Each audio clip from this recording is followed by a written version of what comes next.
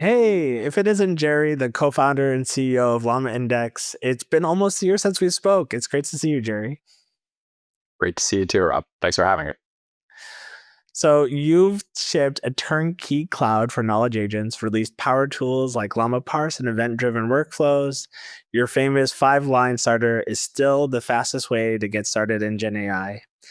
Since we last spoke, you said that the long pole was getting data into AI, not necessarily bigger models. Where does LlamaIndex sit in the 2025 developer tool belt? Yeah, it's a great question. Like context windows are getting bigger. There's a lot more models with larger context windows. I think the key challenge that anyone is facing in using AI correctly is really the prompting and context engineering and making sure you're using the AI to actually help orchestrate meaningful knowledge workflows. And so our mission as a company these days really is to be the central platform for helping to automate knowledge work with AI agents. Well, that begs the question, though. Everybody's talking about agents. For everybody listening, what is an agent? Yeah, great question too. We actually don't have a single answer because a lot of people have different variations of what they call agents. And for us, it's really a spectrum. There's agents that are a little bit more constrained in that it resembles a traditional computer program. It doesn't really necessarily use LLMs in terms of the if-else statements or the loops, but it uses more traditional control flows, but it maybe uses LLMs to actually reason within pockets of this overall workflow. And there's also a little bit more unconstrained agents where it can take in any task and then figure out any set of tools to actually solve that task at hand. And in general, the world will probably move a little bit more towards the unconstrained agents over time as people get more comfortable and model performance gets better. But this does capture a wide spectrum of different types of agent use cases. Yeah, so if RAG was to search agents, almost feels like they're to RPA, but then beyond into sort of these non-deterministic workflows. Exactly. But that asks this question, OpenAI, they shipped assistants with built-in retrieval, Google, the Gemini toolchain. We see a lot of different agent frameworks that are out there. For developers who are having trouble keeping up with everything that's out there, how should they weigh the trade-offs? And should they be thinking about rolling their own stack? Yeah, so one of our main goals as a company is basically to be the best pro code platform for automating knowledge work with LLMs. And so there's going to be a lot of value in these higher level abstractions, both for developers as well as for non technical users, whether it's the Assistance API or something that's a little bit more like a no code builder. For us, the advantage of having something that's a flexible framework is it's deeply customizable and you can really encode business logic into these agent workflows to actually solve the task at hand. And you have the full flexibility to customize it as you see fit. So for us, we provide both that flexible framework as well as the foundational data processing modules to make sure developers have the right set of core tools to basically solve any of these really complex AI agent tasks.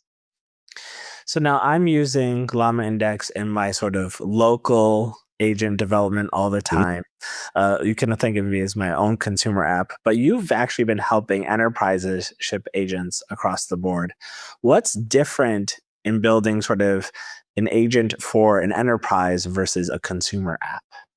It's a good question. I think, well, part of it is building a POC for RAG is extremely easy. And we made, building a POC really easy. It takes 5 lines of code and you can index some data and get results almost immediately. Building an actual production grade enterprise retrieval service is much harder. And that's part of what our cloud offering hopes to provide a little bit. These are things that you have to think about in terms of one, the data volume and scalability. Two, actually being able to handle incremental syncs from the source data. Three, these data connectors there's like an infinite degree of complexity in some of these in terms of building a proper SharePoint connector or building a connector to Google Drive or like workplace applications like Salesforce and Notion or Slack. Indexing the permissions and metadata on these connectors, being able to deal with stuff like centralized authentication. And oftentimes in an enterprise setting, you do need that data to live on premise. So you need to bake in the ability to actually self-host this. You must have seen thousands of different pipelines as people try to figure out how to do everything from auth to RBAC for data connections, as well as searching across different sorts of sources or even combining different agents. Are there any design pattern must-haves going into the new year? Yeah, so I think basically there's both the kind of like boring stuff, so to speak, that's important for production readiness and enterprise readiness. And that includes everything I just talked about, auth, scalability, metadata, permissions, data connectors. And then there's just like the overall agentic patterns emerging of how do you actually build agents that can interact with enterprise context. And a quick note there is instead of thinking about it as just like RAG, for any builder thinking about integrating context, I would really think about it as agents and tools. And so some of these tools might be retrieval, where you actually retrieve from a centralized knowledge base. But some of these other tools might actually query the provider's native APIs or allow you to interact and manipulate data. And so the challenge of incorporating enterprise context really comes down to good tool design. And I think these days with MCP and a lot of these protocols, it makes it a little bit easier to think about it in this way.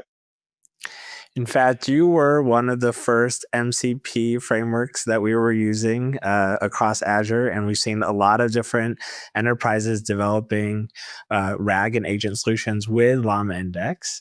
So as these workflows are becoming more complex, though, what is that development process like for an engineer? How are they going to imagine going from that naive 5-line implementation to actually delivering their first agent? Yeah, first step is making sure you structure your context and provide the right tool interfaces to retrieve from or to interface with. And so one of those might be retrieval. So vector retrieval, I think, is still going to be a thing for fast semantic search. But some of these might be other types of interfaces, like file manipulation, web search, structured querying, and more. The second is really making sure that you encode your agent architecture the right way and that you basically design the right agentic flows with human in the loop. And so with our framework, you can basically design deeply custom multi-agent workflows where you can encode step by step the decisional logic and decide which branches of this decisional logic should be handled by an LLM. And so we're seeing agent examples are slightly more multi-step in nature these days, where you can really do deep reasoning over an input task, a natural language query, or some other set of input data. Actually reason over it in a multi-step manner before generating an output. So besides chat-based, UXs like deep research or ChatGPT, we're also seeing a little bit more of automation agents emerge around use cases like invoice processing or contract review or insurance claims processing, financial data extraction and more.